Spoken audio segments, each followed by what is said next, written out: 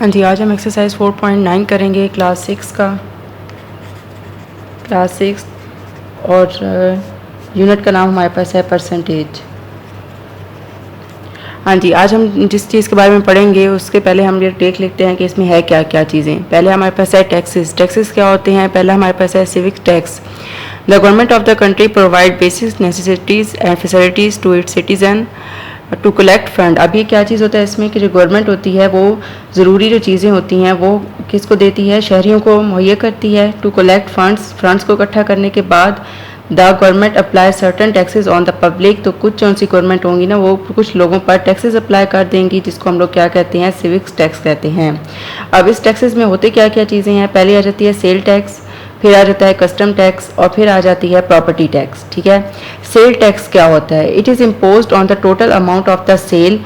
ठीक है, ये अब किस पे अप्लाई किया जाता है? जितनी भी सेल होती है हमारी, यानी फॉर एग्जांपल अगर 10 रुपए हुई है या 100 रुपये हुआ है, ठीक है, जिस तरह 100 रुपीज़ हमारे पास सेल हुई है, ठीक है, तो इस पर ना जो हमारे पास टैक्स लगेगा उसको हम सेल टैक्स कहेंगे। ठीक है, और वैसे आमतौर पर 15% जो होता है वो सेल टैक्स होता है। कस्टम ड्यूटी क्या चीज़ होती है? If we import some goods from the foreign country. अब ये उस वक्त लगता है जब हम कोई चीज़ जो उनसे होती है वो बाहर से मंगवाते हैं, ठीक है, तो उस पर जो टैक्स लगता है उसको हम लोग कस्टम ड्यूटी कहते हैं, और ये डिफरेंट चीज़ों की डिफरेंट रेट्स पर डिपेंड कर रहा होता है। ठीक है, प्रॉपर्टी टैक्स हमारे पास क्या होता है? It is applied on the estimated value of the property.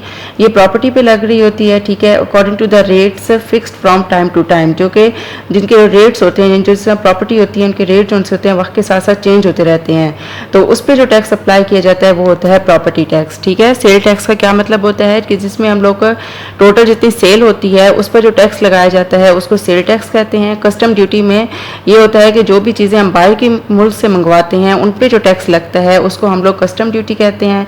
जबकि प्रॉपर्टी टैक्स होता है इसको हम लोग प्रॉपर्टी पे अप्लाइड करते हैं, और वक्त के साथ साथ ये क्या होती है कि जो इनके रेट्स होते हैं प्रॉपर्टी के वो चेंज होते रहते हैं, तो इनके जो टैक्सेस होते हैं वो भी चेंज हो जाते हैं।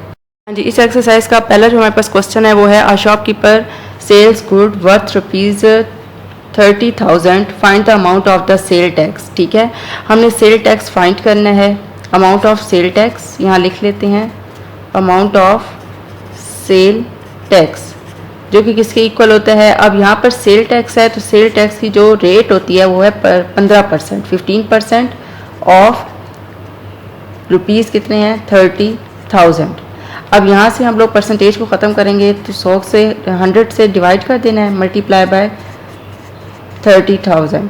0 और 0 कट हो जाएगा, 15 और मल्टीप्लाई 300 को मल्टीप्लाई कर देते हैं। हाँ जी, जब मैंने 15 और 300 को मल्टीप्लाई किया है तो मेरे पास 4,000 और 500 यानी 4,500 जो होते हैं रुपीज़ आए, जो कि अमाउंट ऑफ सेल टैक्स है। ठीक है, नेक्स्ट हमारे पास है कि shopkeeper pay ₹3,000 as a sale tax, find the amount of his sale. हाँ जी, एक शॉपकीपर है, उसने सेल टैक्स जो है वो 3,000 पे किया है, तो अमाउंट ऑफ हिज सेल जो सी होगी वो हमने फाइंड करनी है कि कितना है। ठीक है, हमने क्या किया है कि शॉपकीपर पे रुपीज़। अब हमने इधर लिख लेना है कि अमाउंट ऑफ हिज टैक्स हमने मालूम करना है, तो यहाँ मैं लिख लेती हूँ amount of sale tax is equal to, ठीक है, रेट हमारे पास वही हो गया 15% ऑफ हिज सेल, यानी कि सेल में से। अब अमाउंट ऑफ सेल जो चीज़ की है वो है 3,000 है, 15 डिवाइडेड बाय 100 और मल्टीप्लाई इसकी अमाउंट ऑफ सेल। ठीक है, अमाउंट ऑफ सेल हमने फाइंड करनी है। अब ये यहाँ पर जाकर मल्टीप्लाई हो जाएगा, मल्टीप्लाई बाय 100 और डिवाइडेड बाय 15, तो अमाउंट ऑफ सेल हमारे पास आ जाएगी, अमाउंट ऑफ सेल। तो इसको मल्टीप्लाई करके 15 पे जब मैंने डिवाइड किया है तो मेरे पास आया है 20,000 रुपीज़, यानी कि जो अमाउंट ऑफ सेल इसकी है वो है 20,000 रुपीज़, और उस पर जो हमारे पास अमाउंट ऑफ सेल टैक्स बनता है वो 3,000 का बन रहा है। हाँ जी, नेक्स्ट हमारे पास जो क्वेश्चन है वो है question number 3। Karim Khan imported 10 cameras worth ₹90,000 if he pay 20% as a custom duty. अब कस्टम ड्यूटी क्या होती है कि जो हम लोग, जिस तरह ये कैमरा है, कैमरा इसने बाहर के फॉरेन कंट्री से मंगवाया है, तो इस पर हमारे पास जो टैक्स लग रहा है वो कस्टम ड्यूटी लग रहा है। Find the amount of he paid as a duty on one camera, तो वन कैमरा पे कितना हमारे पास टैक्स लगेगा ये हमने फाइंड करना है, ठीक है। तो हम पहले यहाँ पर इसको सॉल्व करते हैं कि करीम खान इम्पोर्टेड 10 कैमरास, ठीक है। तो इसकी रुपीज़ कितनी है 90,000, ठीक है। और इस पे जो हमारे पास रेट ऑफ कस्टम ड्यूटी पड़ा है, रेट ऑफ कस्टम ड्यूटी, तो ये हमारे पास पड़ा है 20%, ठीक है। तो हमने फाइंड करना है amount of duty, custom duty on one camera, एक कैमरा भी कितना पड़ा होगा ये हमने फाइंड करना है, ठीक है। पहले तो हम इसी तरीके से लिख लेते हैं कि हाँ जी, amount of custom duty is equal to 20% of 90,000, ठीक है। 20 डिवाइडेड बाय 100 मल्टीप्लाई 90,000, ये और ये कैंसिल हो जाएगा, तो ये 20 मल्टीप्लाई बाय 900 रह जाएगा, ठीक है। इनको आपस में मल्टीप्लाई करते हैं तो 18,000 आ जाता है, ठीक है।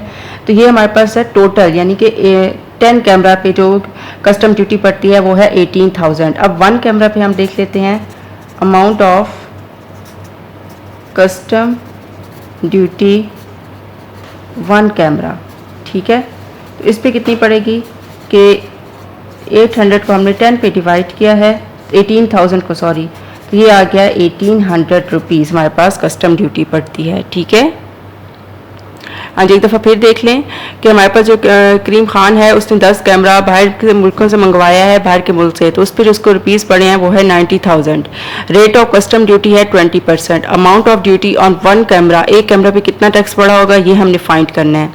तो यहाँ पे है कि amount of custom duty is equal to 20% of 90,000 आ जाएगा। हाँ जी, 20 और 900 का मैं मल्टीप्लाई किया है तो ये हमारे पास 18,000 आ गया। तो ये हमारे पास 10 कैमरास पे बने थे और एक कैमरा पे जब इसको 10 से हमने डिवाइड किया तो 1800 रुपीज़ आ जाते हैं।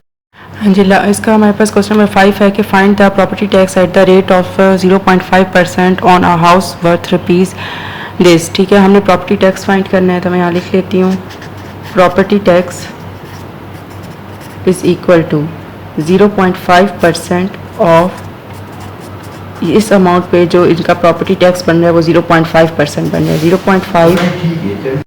हाँ जी, 0.5 आ गया है, हमने परसेंटेज पर हटाना है, तो इसके नीचे हमने 100 से इसको डिवाइड कर देना है, मल्टीप्लाई बाय ये जो अमाउंट है ये सारी हमने लिख लेनी है, ठीक है। ये 2 0 हमारे पास इसके साथ कट गया, तो यहाँ पे 0.5 मल्टीप्लाई ये हो गया 3 0, यानी 10,000 रह गया।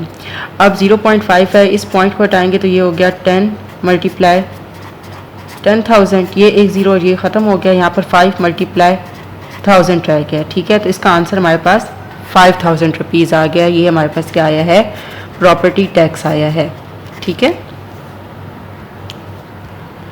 हाँ जी, अब हम इस एक्सरसाइज का लास्ट क्वेश्चन करने लगे हैं, और इसको सॉल्व करने से पहले अगर आप मेरे चैनल पर नए हैं और अभी तक मेरे चैनल को लाइक और सब्सक्राइब नहीं किया तो काइंडली मेरे चैनल को लाइक और सब्सक्राइब करते हैं, और कमेंट में मुझे ज़रूर बताया करें कि आपको मेरी वीडियो समझ आ रही हैं या नहीं आ रही।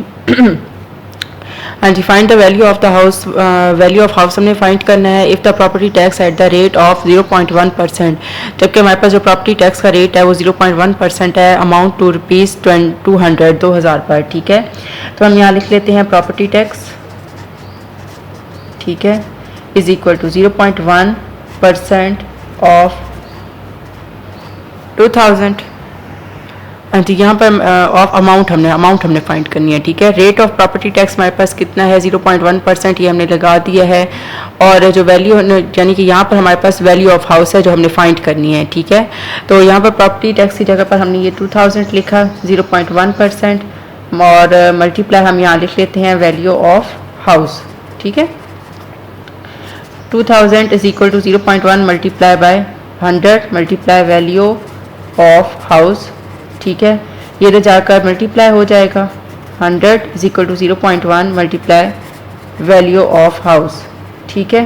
तो ये हो गया 2000, 100 इज इक्वल टू 0.1, पॉइंट हटा के ये 10 आ गया, और यहाँ वैल्यू ऑफ हाउस इसी तरह आ जाएगा, ये 10 भी इधर जाकर मल्टीप्लाई हो जाएगा, तो हमारे पास जो वैल्यू ऑफ हाउस आया है वो आ जाएगी 2000 मल्टीप्लाई 100 मल्टीप्लाई बाय 10।